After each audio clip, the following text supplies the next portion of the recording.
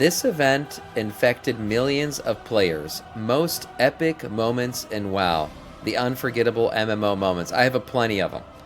I have a lot of unforgettable MMO moments, and they all come from World of Warcraft. Been playing since 2005, and man, some of my best, actually a lot of my best, gaming memories come from WoW. I'd say maybe the other ones come from Halo, but other than that, I mean, it's always been World of Warcraft for me for a long time. I'm very much excited to watch this, and because I'll remember, I'm sure, a lot of the things that I did back in the day. Let's check this video out.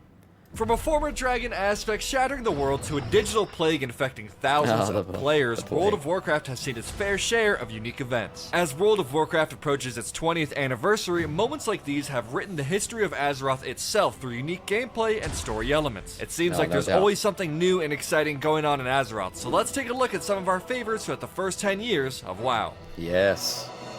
In 2004, during WoW's first year of release, players would eventually come across the zone Hillsbrad Foothills. Oh, Despite man, Hillsbrad Foothills. I mean, still one of the best.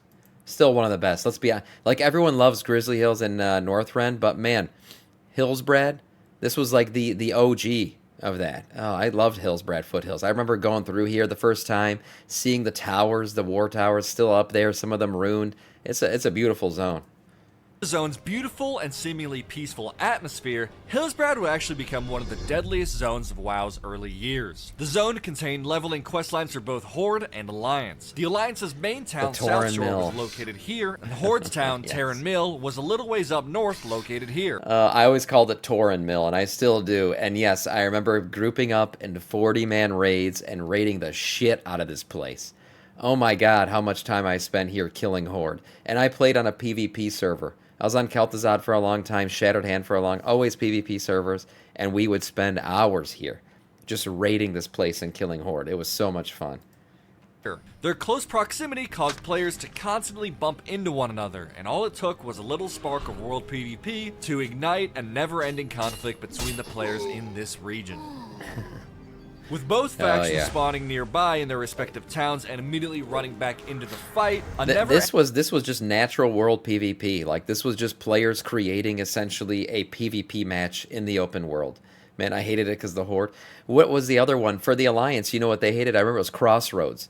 You go to Crossroads, oh my god, that was like a horrible place to be because that was another big PvP hotspot. If you were in Crossroads in the Barrens, shit was about to go down.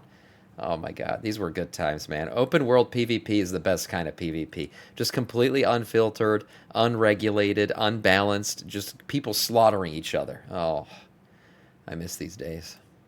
Ending battle waged on to push the enemy back into their town.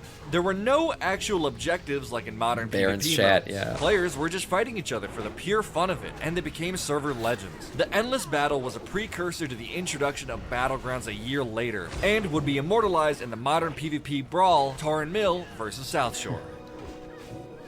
World of Warcraft's third expansion, Cataclysm, brought forth the destruction of major historical landmarks across the world. With zones forever changed, questing players had a chance to be visited by Deathwing, but not in a friendly way. Yeah, Soaring in the sky and spewing flame down below, Deathwing would torch anybody unlucky enough to be in his path. The sky would change, wildlife and flora would be set ablaze, and players who have found themselves in range would be one-shot. However, if a player was killed by Deathwing in this way, they would earn the fitting achievement, Stood in the Fire. Yep. Back to Vanilla WoW. Yeah, who didn't get this achievement? I remember actually seeing him for the first time by accident and flying into him and dying. But then I eventually got the Stood in the Fire one because, yeah, you just stand there and you let him blow you apart. That was a good time. Yep, I have this one too. Back to Vanilla WoW. In 2005, the Rise of the Blood God patch was released, bringing with it the Zul'Gurub raid. Inside, the final boss, Hakar the Soul Flare, had a surprise waiting for players that would end up accidentally killing thousands of players and causing an in-game pandemic. Hakar had a debuff that would be cast upon players named Corrupted Blood, which would deal damage. Corrupted Blood. Let your pet get the corrupted.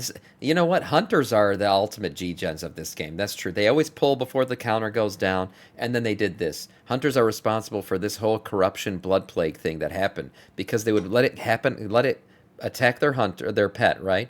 Their pet gets corrupted blood. Then they quickly dismiss the pet, right? So the actual ticker of this timer never continued. Then they resummon the pet in a city, and then bam, it just starts spreading. Oh, you know, actually, like this was study by actually epidemiologists. Like, this is still looked at. My friend who was in medical school, he played WoW nonstop with me. We're like, we still talk all the time. He went to medical school like 6 years ago now, and he did his project on this. He had to pick a project, and he did the corrupted blood plague from World of Warcraft.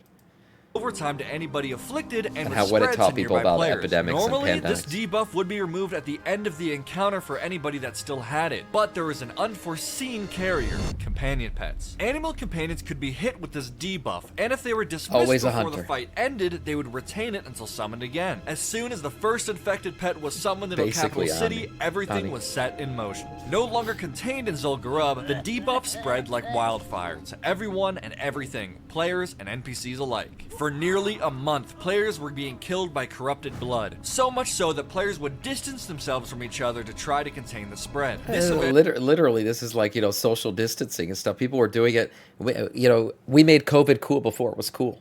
And then it turns out, like, people actually studied. My friend was telling me, like, there were studies done in it about, like, how villages of players started to isolate from the rest. But then some people would intentionally bring the plague to them and kill them all. And how it was like a human psyche, a study as well. It was crazy how, like, just different things were happening. And people avoided cities. So, like, big, populous centers suddenly became non-populous. All this stuff that, like, legitimately happens in real life during a pandemic. It was pretty cool. would become so infamous in-game that it would forever be known as the Corrupted Blood Incident. A little later after this virtual pandemic, epidemiologists from the CDC used data from this incident to help aid in disease modeling research. A year later, in 2006, brought the legendary patch, the Gates of Ankorage. Yeah. This patch included a famous server-wide event involving players from each faction contributing to the war efforts. He didn't really say the truth there. It's more like a server crashing event. I just remember WoW being unplayable for a while during this thing. I'm the first to ring the gong and open the doors to Ankorage. During this event, no matter your level, you could contribute to the war effort. Low-level players could turn in Light Leather or Peace Bloom, for example, while endgame players could turn in Thorium Bars or Mageweave Bandages. Every player was contributing resources to help complete this quest. This was so Once cool. completed, it took 5 days for these supplies to be boarded onto Zeppelins to Silithus, but in the meantime, players had to craft the Scepter of the Shifting Sands, then ring the gong. This would open the gates and players would have to make a stand, fighting off the old god Cthulhu's minions. What followed was known as the 10-Hour War, and as you would assume, for the next 10 hours, Cthulhu's minions would burst out of the gates fighting all that dared try to enter. And mind you, back then, 2006, people were playing the game for 10 hours straight. That was like, those were casual hours back then, man. If you were sleeping, you were losing, essentially, but this stuff was going down, and everybody was playing it. I remember Twitch wasn't a thing, by the way. Like, this was not something you could watch. If you wanted to experience it, you had to be there. This was not something you go watch one of the other players do it and experience it through them. No, you had to be there. And I remember going with my lower level, because I was not cap level by any means. I remember contributing supplies to this thing. I remember the whole, trying to figure out what the hell was going on, because I had no idea how to play the game at the point. And I remember getting killed by mobs all the time when this shit actually hit the fan. I just got killed constantly. Yeah, I was a casual. After the strife was over, the gates would trigger, allowing players to enter the new raids, Ruins of Ankorage and Temple of Ankorage. One of the rarest mounts in WoW was obtainable from this event, Black Courage Battle Tank, and was only granted to I don't think they were either, the gauntlet in the first 10 hours of the first person. Fantastic.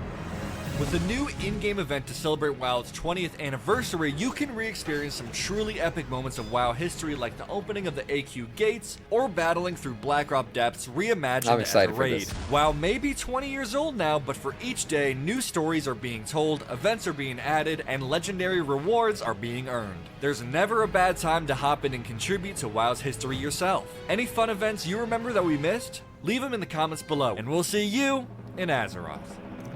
Man, amazing video. What a great video. The first time that I ever used Ventrilo was for Karazhan raid. Going into Karazhan was the first time that I ever actually used Ventrilo for something, and I remember I was nervous as shit.